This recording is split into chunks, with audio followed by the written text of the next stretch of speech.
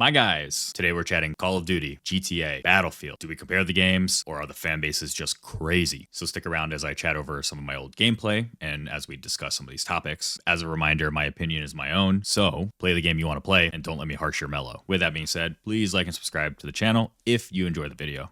Liking, commenting, even sharing the video really helps me create more of these videos because I enjoy it a lot and I want to continue to do so. Follow me on the other socials as well. So enjoy the rest of the video. Peace. Is COD or Battlefield better? I'm not going to tell you which one is better. That's a subjective opinion, really. Those are two different types of games, two different play styles. You know, COD's an arcade shooter, a lot of respawns, and a lot of quick gameplay, right? Movement's very fast, or it has turned very fast. Battlefield's a tactical shooter, focuses on slower warfare. Got to work with your teammates to complete the objectives and conquest, right? Both of those styles of gameplay are different and suited for those games. So you can't take one play style, like in COD, can't be a movement demon and go over to Battlefield and expect the same thing. You're gonna get weeded out in that way. Same thing with Battlefield. You can't go slow and go into COD and expect the same results because you have guys flying around the map. You're gonna get left behind. So playstyles are different. You have different types of war zones and RedSec and battle royales. I think each one of those are unique and they're fun in their own right because COD's been relying on skins, battle passes, and microtransactions. Thanks Fortnite. I'm not going to blame Fortnite for everything, but come on. Skins, got a Nicki Minaj skin and a Jason skin with a pumpkin head running around in here. That's not old school tactical warfare, first person shooter.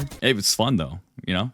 I enjoy parts of it, so it's fine. But that's just me. I think in terms of like the realism though, and the tactical warfare, Battlefield snatched COD's chain for that, and it's been that way for quite some time. I think the real discourse lies within the fans between each of those games. You know, COD fanboys, Battlefield fanboys, they're ruthless against each other. I'm not gonna police what people should be and should not be saying, against each other, but it's still pretty funny to read some of these nasty ass comments and comparisons on Twitter and subreddits. Can a discourse like this create better games in the future? I mean, yes and no at the same time. I mean, some studios may be a little hesitant to create something so with drastic changes just because the community will just shred them. But also in that sense, when there's a lot of unhinged feedback, are some diamonds in the rough, and you can find some of those tweaks and fixes to these games that could make a ton of sales and just a better game,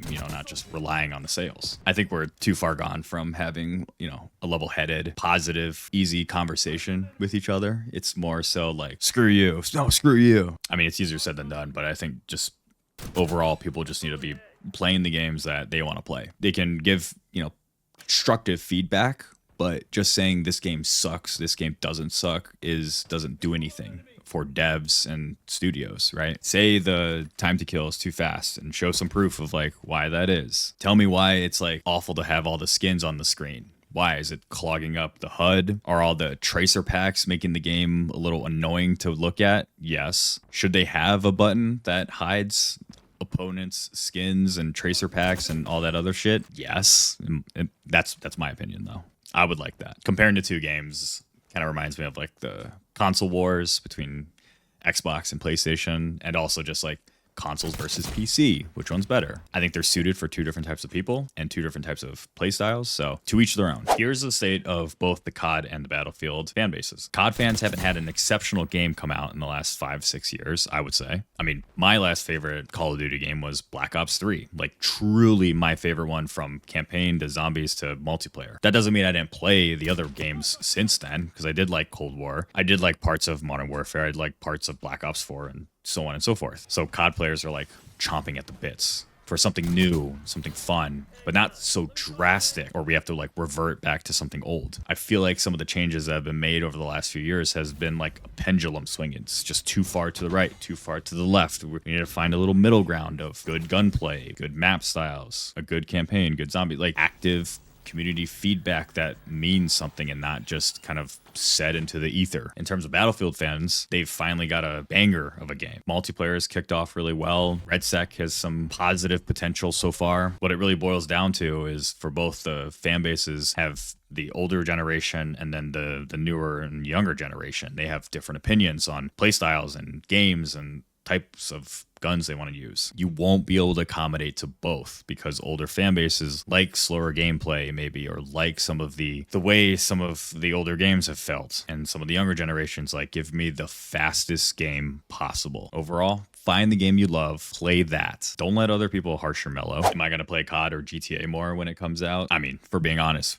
we know the answer to that one. Play the same game that's been the same game for the last 5 or 6 years and been reskinned, DLC, battle pass, the shit out of everything. Or play the game that is a sequel to one of the greatest Grand Theft Autos of all time, hasn't come out, and they've been working on it for the last 13 years. Come on, this one. It's pretty easy.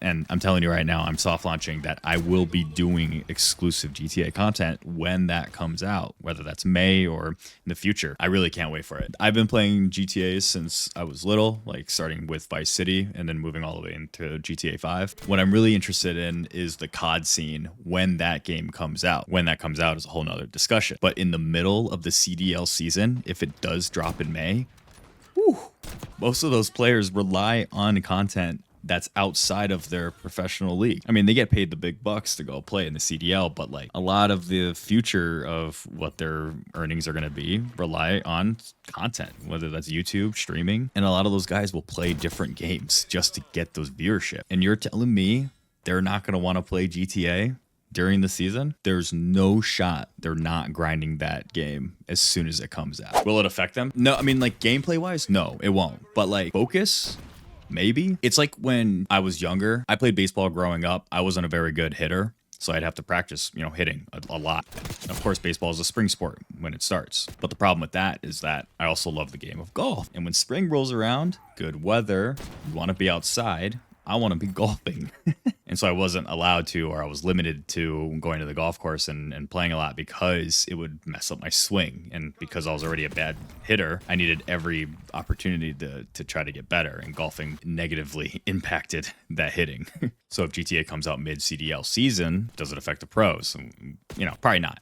But like people are going to want to watch GTA. So overall, just pay attention to whatever happens when that happens. Will it release on time? I'm of the strong opinion that they will eventually delay it. It is inevitable that they will delay it again. It already got delayed a year, half year, whatever it was. There's no way that it doesn't get pushed back another 3, 4, 5, 6 months. I don't believe it'll be released in May. Recently, they just fired 30 to 40 employees for unionizing. Rockstar later explained that it was gross misconduct to try to avoid being a union buster. I don't know. Seems kind of sketchy to me. Why? Because look at their history. They've had some sketchy workplace infractions or questionable work ethics. People were worked to the bone just to get Red Dead Redemption out.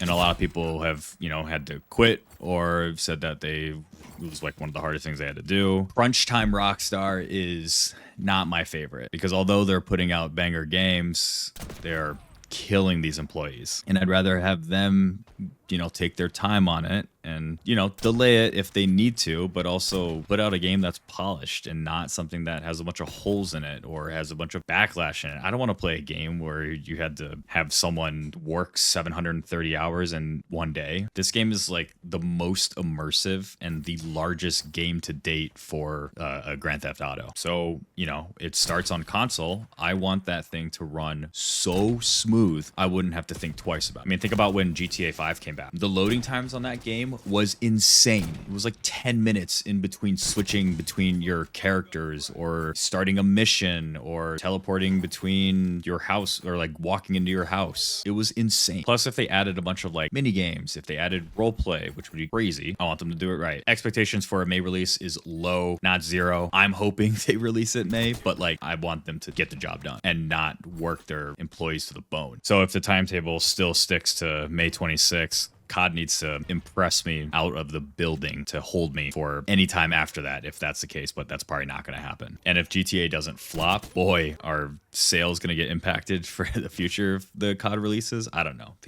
Would people get sick of playing Grand Theft Auto? I don't know. We haven't had a game in a long time, so I can imagine people are going to be playing that game for quite some time, like well after the release, for months, potentially years. Not that I'm not going to want to play a new COD when it comes out if it's good, but like backseat from then on out.